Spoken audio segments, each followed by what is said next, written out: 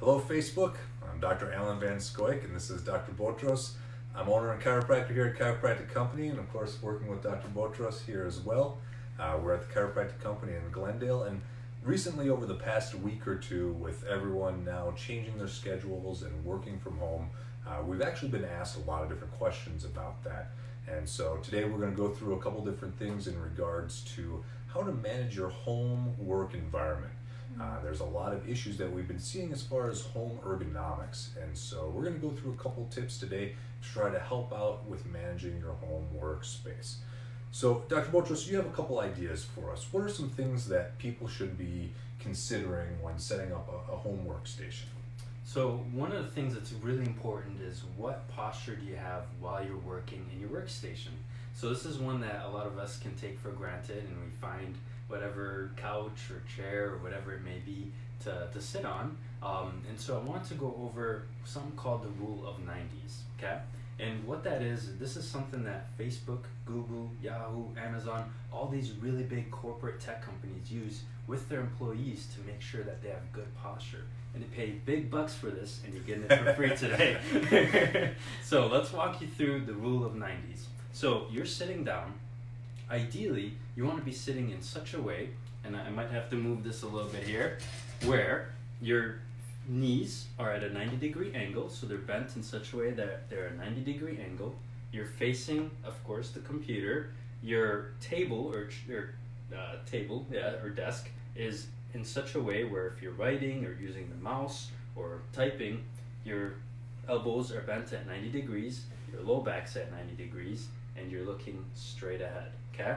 So knees, hips, and elbows are at 90 degrees. This is good posture, okay?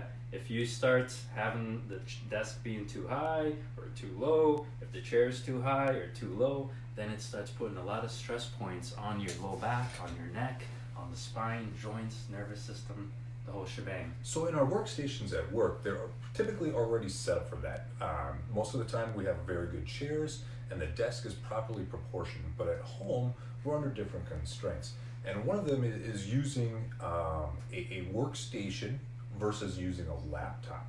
So when we use a laptop, it changes how our 90s are, because now your keyboard is at one level and your monitor is at a different level.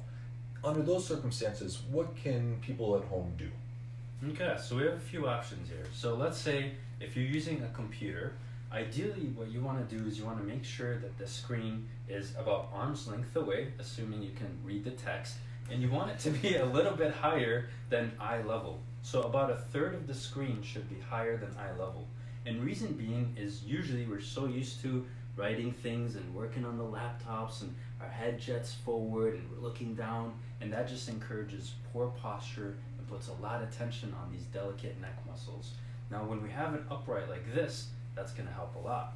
Now if you're using a laptop, that's very difficult. So what I would recommend for that is, if you can get it hooked up to a screen monitor, which is bigger, so you can use the laptop accordingly and then look at the screen up here. Or if you're not doing too much typing, you can actually use a bunch of books or something to like platform your laptop so it's a little bit higher, and you can use the mouse and stay away from the keyboard so you're not typing like this. There's other options. That's a perfect idea as far as also bringing down the keyboard. So if you can't plug in a separate monitor, sometimes you can plug in a separate keyboard, and that can also change keeping that at a 90 degree. One of the other interesting issues when we talk about at-home work versus going to work is that the table space that we use many times is actually different. So a desk is actually at a different height than your home table, like dining table, or even countertops. So a lot of times a dining table or a countertop is actually slightly higher than what a desktop is at work. If that's the case, then you need to make sure that your chair height is accommodated for that as well. At work, a lot of work businesses have spent a lot of money on nice chairs, and they're that way for a reason. They have all sorts of gadgets to allow for you to go up or down or forward or backwards. They're soft, they have armrests at the right height, but at home, once again, that isn't always the case. So the chair that you're using at work also is really important. One of the things that you can do, once again, to elevate yourself if it doesn't have that, is sit on a pillow or some kind of padding that'll bring it up for you. Once again, a lot of the paddings in chairs are ergonomically designed. They're curved to contour to your body, so you try to mimic that at home. If you're looking for some lumbar support, you can roll up a towel, and that'll also help to bring you back into that 90s of what we're looking to achieve. Once again, a lot of the chairs at work have already got that built in, and at home, you might not have that.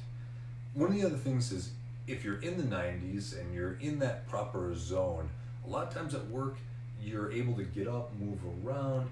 At home, sometimes you get distracted with work. I know it sounds strange, but you just keep going through work and you just forget to get up and get out and move around. It's really important for you to do that. We found that a lot of our patients just get stuck there and just simply aren't moving as much as they should. And so one of the things that we tell them is set a timer. It's a really good option. Even just a simple little egg timer, a simple timer that you have on your stove to get up and move around. Typically, we recommend doing that every hour. Changing slight little posture here and there can really go a long way with keeping that inflammation or damage from setting in the back, especially if it's not under perfect ergonomic standards. Any thoughts about getting up? Any other things that they can do once they are up and about? I would always encourage, and I think you'd agree with me on this one, drink some water, okay? If for nothing else, it's one of the most underrated things you can do for your overall health, ranging not just from your discs and joints and nervous system, but digestion, mood, energy levels, and it gives you an excuse to go to the bathroom, which is another way to stretch every hour. Get out of the same position that you're in. And my patients know, I preach water all the time. It's really important to keep hydrated. Very, very good for you. So that's what we got for you today. If you have any other questions, feel free to contact us. www.chiropracticcompany or chiropracticco.com. We're in the Glendale office. You can reach us there. Phone number 414-332-0859. We're obviously in the office, happy to answer questions. We're checking our emails constantly as well. So feel free to let us know. If you have any other questions or topics that you'd like us to go through, we'll be doing these next week as well. We have a couple of things that patients have asked, and this is just an easy one that they wanted help with. So we'll have a couple more for you coming in the next couple days and weeks. All right, we appreciate you watching. If you have any questions, let us know. Have a good weekend. Stay healthy.